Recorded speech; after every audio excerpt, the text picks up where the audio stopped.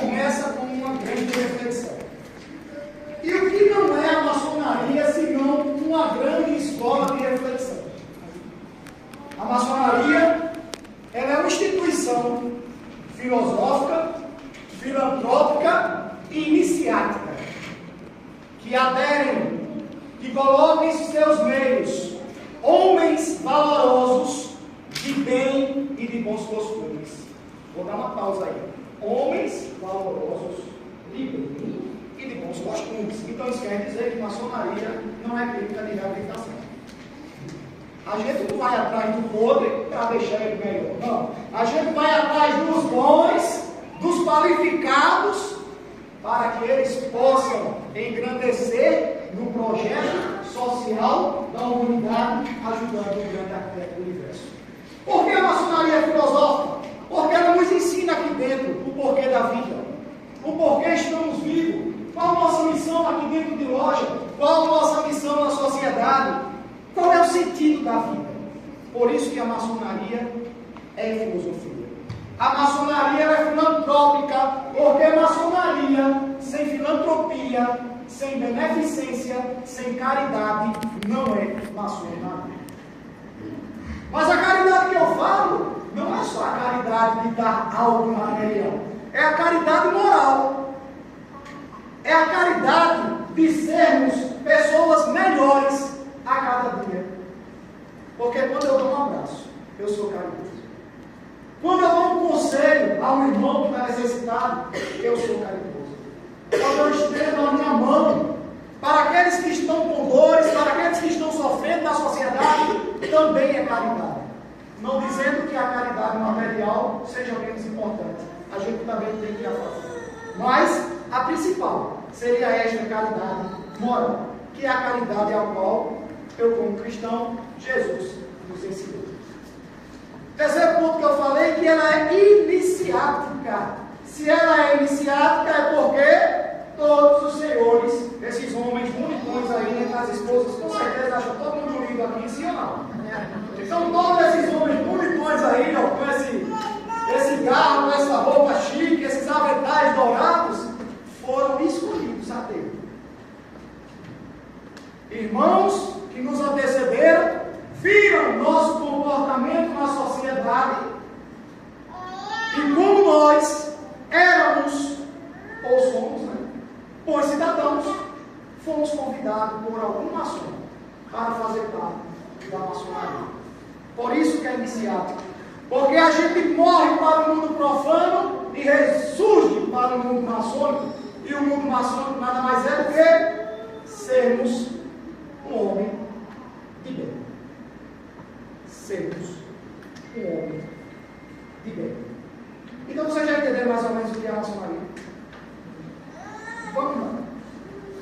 A maçonaria, ela vem de um tempo, muito remoto. Muito remoto. A maçonaria é dividida em 3 períodos. Maçonaria primitiva, maçonaria operativa e maçonaria especulativa ou dos aceitos. Vou explicar cada uma das 3. Vou começar a revelar o segredo da maçonaria para ficar agora. Presta atenção.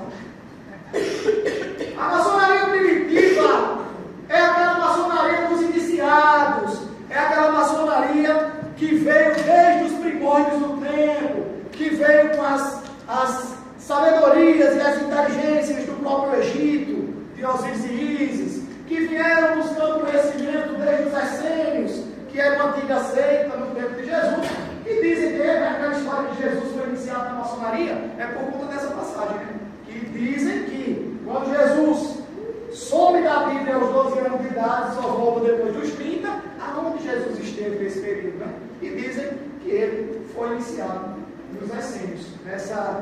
Era uma tribo, tinha uma seita que tinha, e naquele tempo fazia essas iniciações. Então a maçonaria primitiva vem dos grandes patriarcas da humanidade. Maçonaria operativa. Aí já vamos para a Idade Média. O que é maçom? Freemason. Pedreiros livres. Freemason, pedreiros livres. Então todo maçom aqui é um pedreiro. Esse nome maçom, pedreiro, veio dessa Idade Média. Por quê?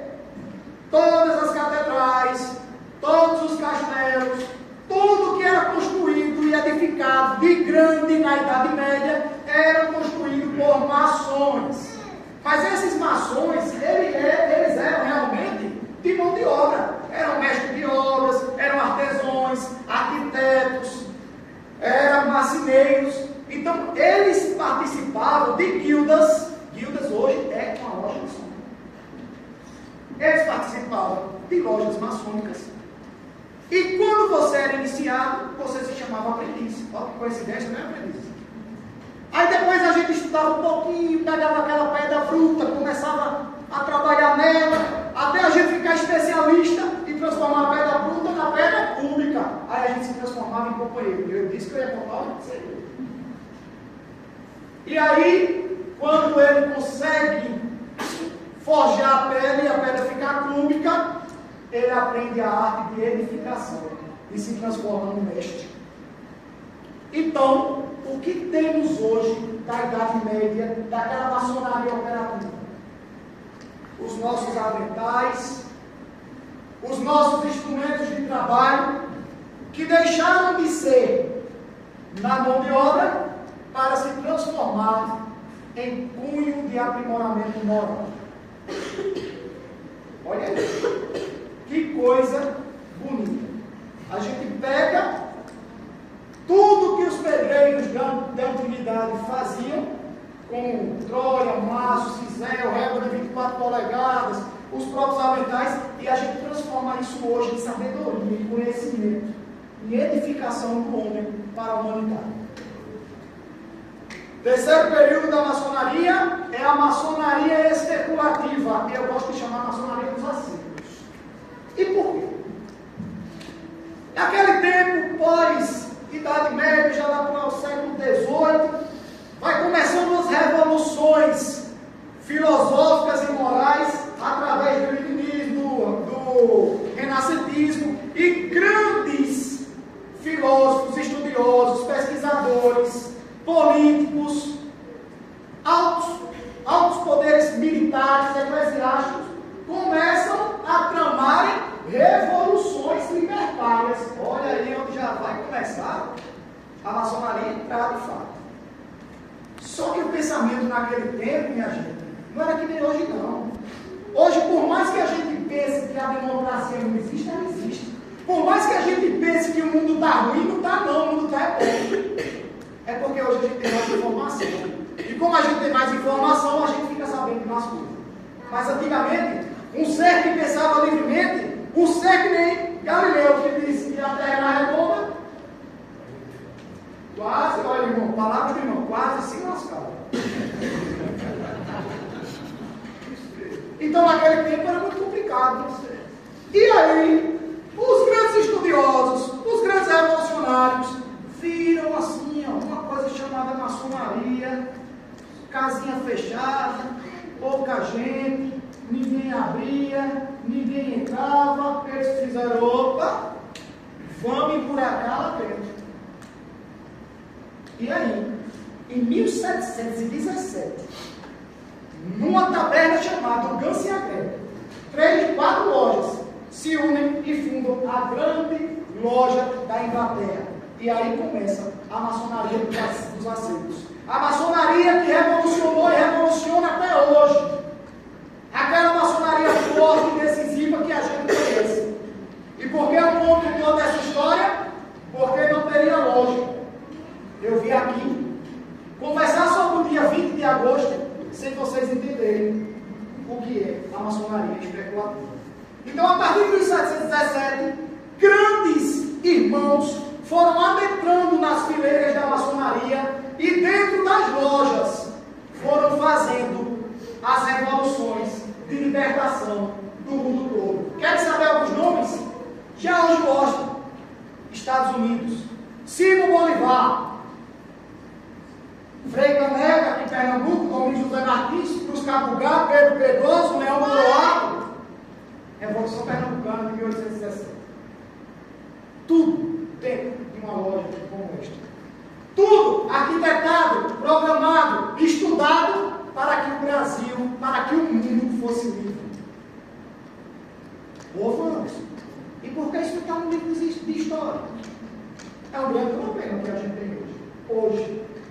mas a gente sempre foi discreto. E como a gente sempre foi discreto, a gente não está nem aí para fazer fome. O que a gente quer é que a coisa funcione, é que a coisa ande. Então, antigamente era tudo feito em segredo mesmo. Hoje não, somos discretos. Mas antigamente, se dissesse que era nação, muitas vezes você morria. Você era perseguido. E essa perseguição começou há muitos e muitos anos. Por isso que tem a fama, né? Maçonaria é coisa do... Vamos lá, para ficar bonito no filme ali. Maçonaria é coisa do diabo. Será? Vocês, esposas, filhos, amigos, os maçons que vocês conhecem, tem perfil de demônio? Tem não. Se tiver, corra, pelo meu Deus. Então, foi se criando essa questão de maçonaria, coisa do demônio, porque brigou muito com a danada da Igreja Católica. Não por Jesus e nem por Deus, e sim por política. Sim, por política. Porque naquela idade, naqueles tempos, para o camarada ser rei, o Papa tinha que dizer que ele tinha que ser. Então, a briga da maçonaria com a Igreja Católica foi política e social, e não eclesiástica, e não divina. Mas que o Papa tinha uma raivinha da maçonaria, sabe? Aí ele pegou lá aqueles livros grandões que tem lá na Igreja Católica, código canônico, quem pertence à maçonaria, não pode ser estudado, não pode mais fazer isso, não pode mais fazer aquilo. Mas foi há muitos anos atrás, isso já caiu há muito tempo. Então eu quero que vocês entendam que a maçonaria, aonde via desordem, aonde via desrespeito, aonde via prisão, percas de direito, ela lutou. Independente se era com religião, independente se era com rei, independente se era com político, com militar, com o que fosse. Sempre a maçonaria, ela lutou pela justiça. Ela lutou pela liberdade. Porque o nosso problema é qual? A loja é preparada aqui, viu? Porque uma vez eu peguei na loja assim e ficou prefere não. O cara de maçom não sabe um negócio desse. Liberdade, igualdade, fraternidade. Se a gente não for livre, não temos motivo de estarmos aqui. Se a gente não for igual, pouco importa se eu sou grau 33, se eu sou isso, se eu sou aquilo. Pouco importa se tem irmão que é juiz de direito aqui, pouco importa se tem irmão que é coronel, pouco importa se tem irmão que é deputado político, que é presidente da República, pouco importa. Porque aqui tem lógica, ele é irmão. E ele vai ser tratado como irmão. E um exemplo disso era a loja de Barack Obama. Quando Barack Obama era presidente dos Estados Unidos, o venerável dele servia cafezinho na casa dele. Mas tem que loja. Barack Obama sentava ali. E quem batia o marido era o senhorzinho que dava um cafezinho para ele na casa dele. E é isso que eu acho fantástico na maçonaria. É quando a gente começa a entender que todos somos um. Todos somos um. Por isso que a gente tem que ter muito cuidado com nós nações. Né? Porque quando a gente desonra a maçonaria, quando a gente se desonra, a gente desonra a maçonaria. Então, quando a gente usa esse avental, o negócio fica feio. Porque se a gente já tinha um comportamento bom, tem que melhorá-lo 1000 vezes a mais. Porque a gente carrega sangue de grandes irmãos. Revolução de 1817. Pernambuco foi um país. Foi livre. Saiu das garras de Portugal. Por 71 dias, Pernambuco foi um país. E essa revolução começou dentro de uma sala dessa, lá em Recife, numa loja chamada Oriente de Pernambuco, e na outra loja, que se chamava Ocidente de Pernambuco. Uma tendo como venerável Padre João Ribeiro. Vocês conhecem o Padre João Ribeiro?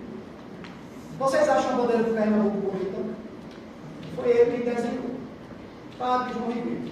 Foi o venerável mestre de uma das lojas da Revolução Pernambucana. E o outro, Domingos José Martins, o patrão da minha loja, que foi o grande cabeça daquela revolução de 1817. Mas, infelizmente, a gente não teve tanto êxito. E com 71 dias, a a coroa portuguesa fechou os portos. E pobre pensa por quê? Com luxo. Quando faltou comida, todo mundo que estava apoiando a revolução foi a por isso que isso está chegando. E a ajuda chegou uma semana depois. A ajuda dos Estados Unidos, que Cruz Cabucá foi lá buscar. Mas a história de hoje não é da Revolução de 1817. Se quiser, eu vou contar. O pessoal vai contar também. A história de hoje é o dia 20 de agosto. Por que o dia 20 de agosto é o dia do maçom? Porque a gente achou bonito? Vocês acham o quê? De forma nenhuma. O dia 20 de agosto se deu por um motivo. Na loja do Rio de Janeiro, chamado Comércio e Artes, se reuniram em assembleia todos os maçons da loja Comércio e Artes e União de Tranquilidade. E com o discurso naquela noite, um camarada chamado Gonçalves Leme. Também estava outro muito famoso chamado José Bonifácio. E lá naquele dia, naquela sessão de 20 de agosto de 1822, Gonçalves Leme dá um discurso divinho. Aquele discurso bom, aquele discurso que motiva, aquele discurso que a gente sai querendo mexer com a vida e mexer com o mundo, Gonçalves Leme fez, dizendo que a gente tem que sair da garra de Portugal. Dizendo que o Brasil teria que deixar de ser dependente dos portugueses. Porque a gente estava sofrendo muito com imposto, estava sofrendo muito com injustiças sociais. E vocês sabem que a libertação dos escravos também foi coisa da maçonaria. E um dos pontos desta reunião também era a libertação dos escravos. E como ele tinha uma oratória muito boa de convencimento, todos os irmãos naquele dia ficaram dispostos a lutarem por vamos dizer assim, esse dia de libertação, esse dia de graça, esse dia de paz que o Brasil viria a ter. Aí como é que eles conseguiram, Vaz? Antes um pouquinho dessa reunião, lá no dia 29 de julho, se iniciava um camarada chamado Pedro de Alcântara. Vocês sabem? Dom Pedro I. Dom Pedro I também era maçom. Mas uma curiosidade, tá vendo? Só que o nome dele lá era Quatrimozinho. Não era Dom Pedro de Alcântara, era Quatrimozinho. Por que Quatrimozinho? Porque eles funcionavam em um rito chamado Admiramita. Rito, viu gente? É como a gente funciona aqui dentro de loja. Não tem nada de coisa satânica. Pode chamar rito, aí rito satânico. Não, rito é como a gente trabalha, como a gente se joga. Quem é que fala primeiro, quem é que fala depois, quem é que pode falar, quem é que pode se levantar, quem é que pode se sentar. Então, ele iniciou esse rito Admiramita. E esse rito Admiramita tem o costume de todo irmão que entra, ele adere um nome de um patrono para ser chamado na loja com aquele nome, o seu nome. E ele escolheu o patronozinho, que foi o outro rei.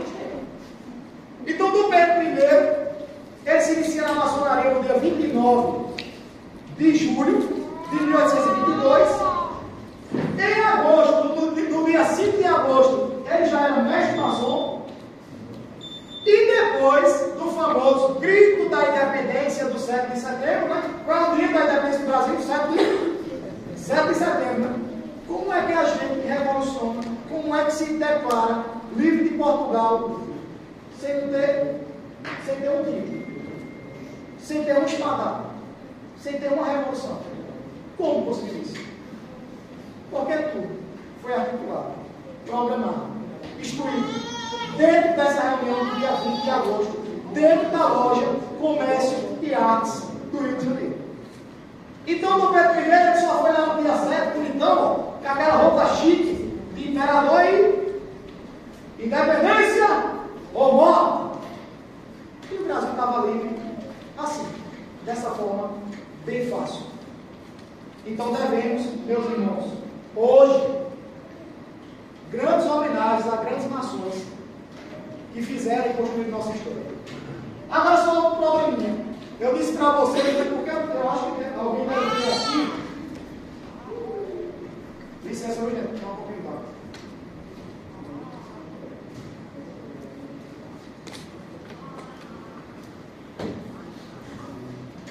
Eu disse no começo que para ser maçom teria que ter moral. Né? Aí lá vai eu falar do coitado do meu Pedro I agora. Vai fora.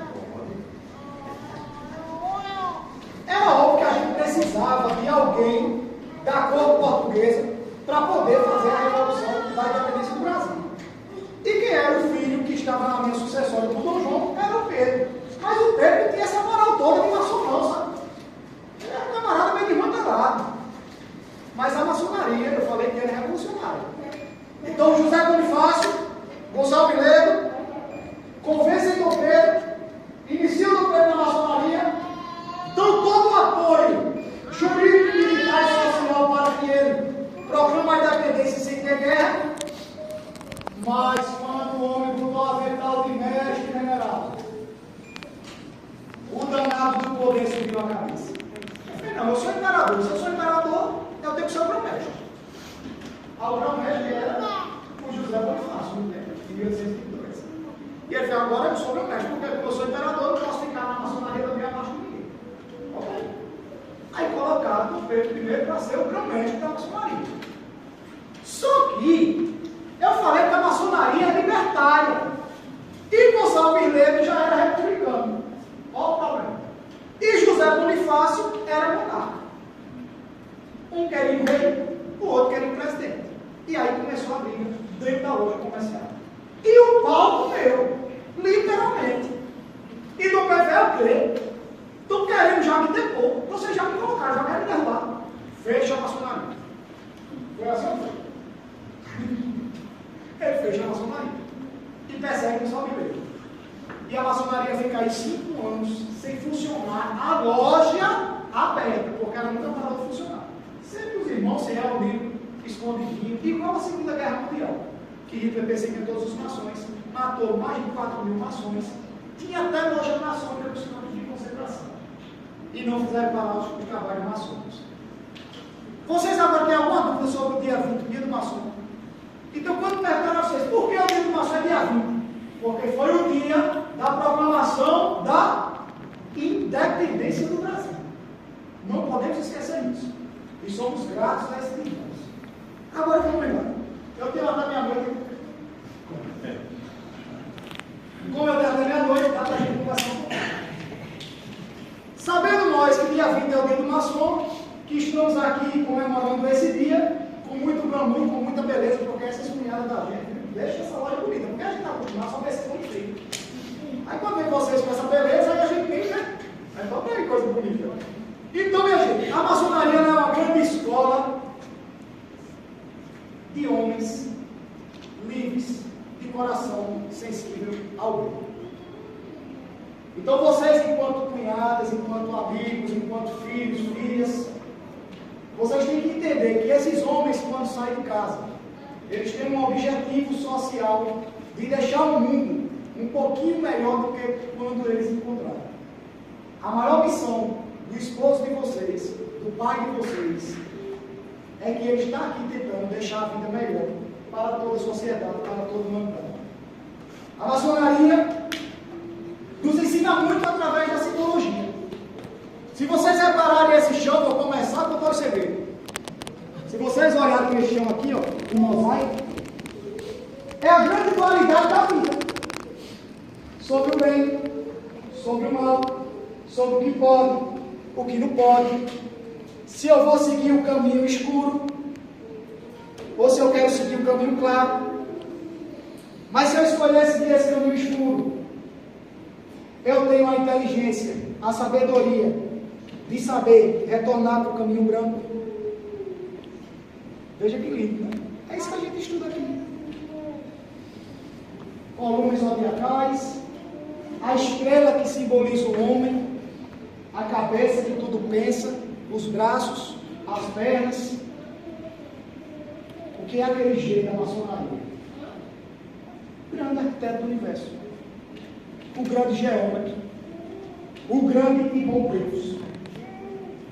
Vocês sabem o que significa essa pedra aqui, ó?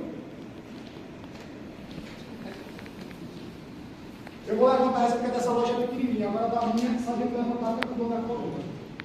Sabe o que significa essa pedra aqui?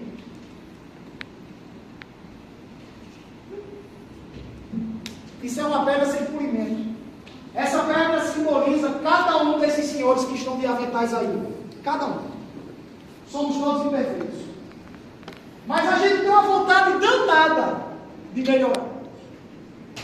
E a gente começa a se devastar.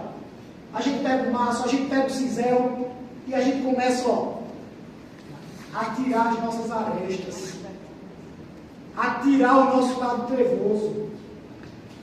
Tentamos se bulinar aqui dentro, tentamos se corrigir, porque a maçonaria não é um lugar de santo, mas é uma grande instituição que nos convida à santidade. Sim ou não? Eu fico arrebatado quando alguém diz assim: eu nasci para ser santo. Nasceu. Você que não quer. Porque o erro é uma escolha. O agir errado é uma escolha. E se eu sigo os ensinamentos da maçonaria, se eu pego toda essa simbologia e eu aplico na minha vida, na minha formação moral, na minha formação social, eu me santifico. Porque a maçonaria quer que a gente extraia nossas virtudes. E o que é virtude? O que é virtude? Bondade é virtude, sim ou não? Sabedoria. O que mais? Caridade é uma virtude. Quem pode me dizer mais alguma coisa? Me ajude, gente. Humildade. Então a maçonaria nos estimula a extrair as virtudes que todos nós temos para o mundo exterior. Para que vocês consigam sentir minha energia, para que eu consiga cativar vocês pelo meu comportamento. Mas isso não é obrigatoriedade. Isso é reforma. E não é todo mundo que está disposto a reforma íntima. Porque reforma íntima é uma coisa de dentro para fora, e não de fora para dentro. Eu tenho que querer. Eu tenho que querer e tenho que fazer. Porque entre o querer e fazer é uma distância muito grande. Tem vezes que eu quero beber água, mas a água está distante ali. Aí eu vou e faço. E eu fico com sede. Mas eu quero beber água. Está dando para entender? E o que é que a maçonaria expurga? Os vícios. Aí alguém pode estar se perguntando: né? Meu marido, todo fim de semana, gosta de tomar uma cachaçinha. Ele tem que trabalhar. Ele tem que trabalhar. Não é que é proibido. Ninguém é proibido.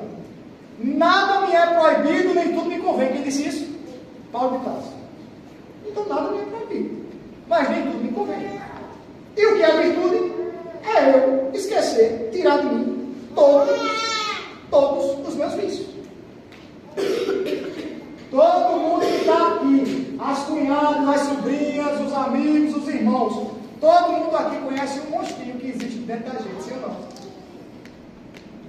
A gente sabe quem a gente é intimamente. A gente muitas vezes usa máscaras sociais, mas a gente sabe o que dói na gente.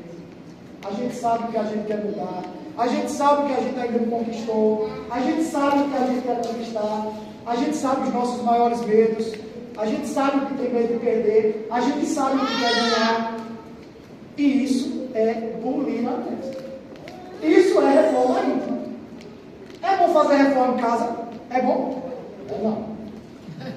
Não. Poeira, bagunça, vai um canto pra cá, pra lá. Mas quando termina, é satisfatório ou não?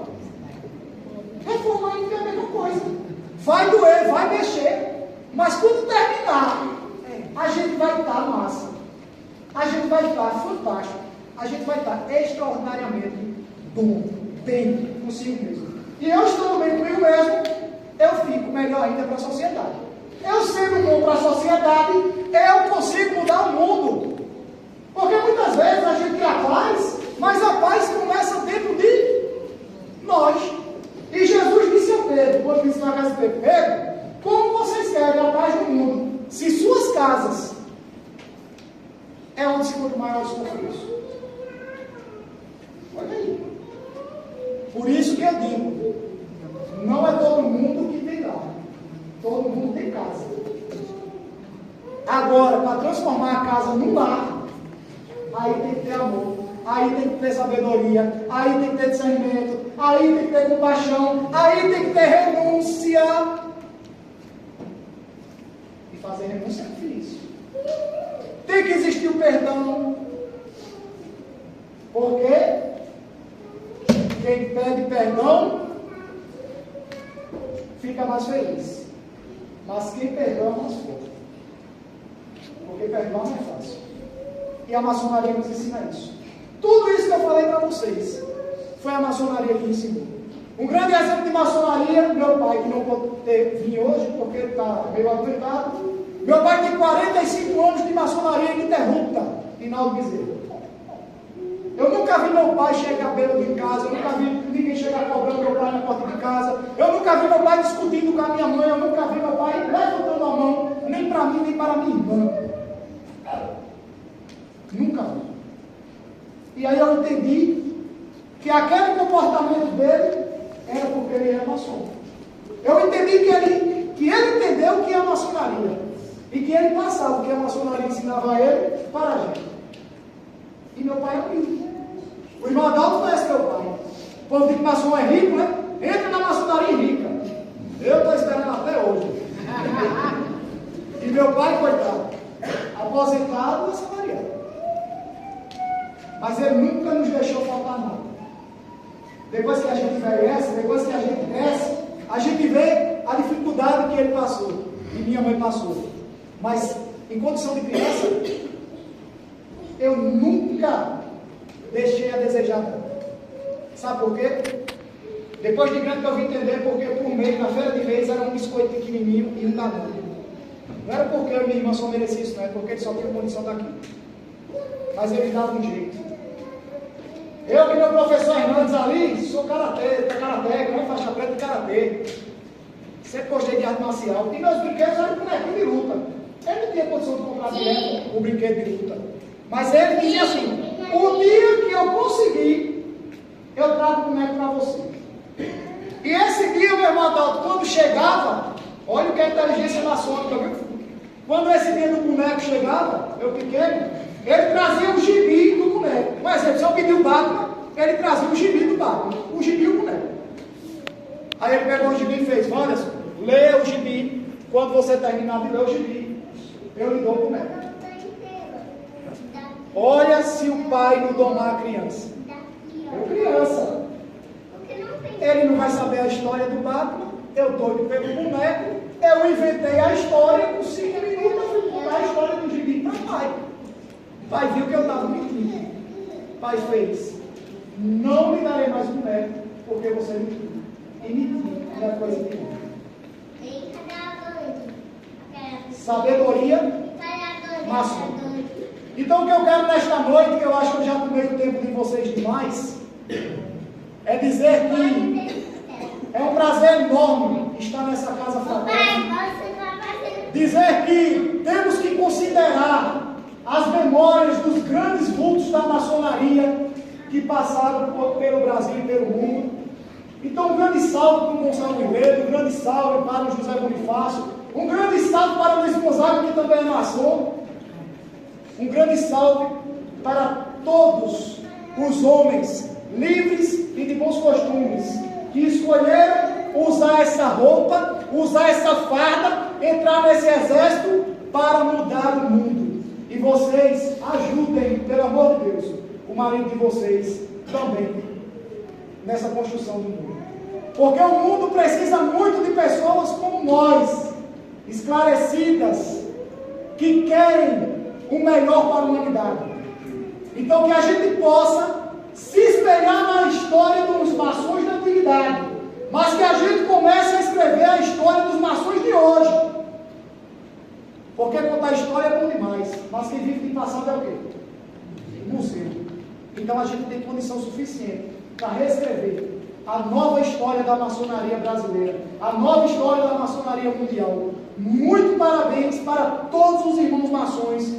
Que Deus, o grande arquiteto do universo, que é fonte fecunda de esperança, paz e amor, possa iluminar essa casa, possa iluminar essas famílias, possa iluminar todos os irmãos, e que saibam que Deus é bom o tempo todo, que a vida é boa e sempre dará certo. Muito obrigado. Triste fraternal abraço, cheio do coração de todo mundo.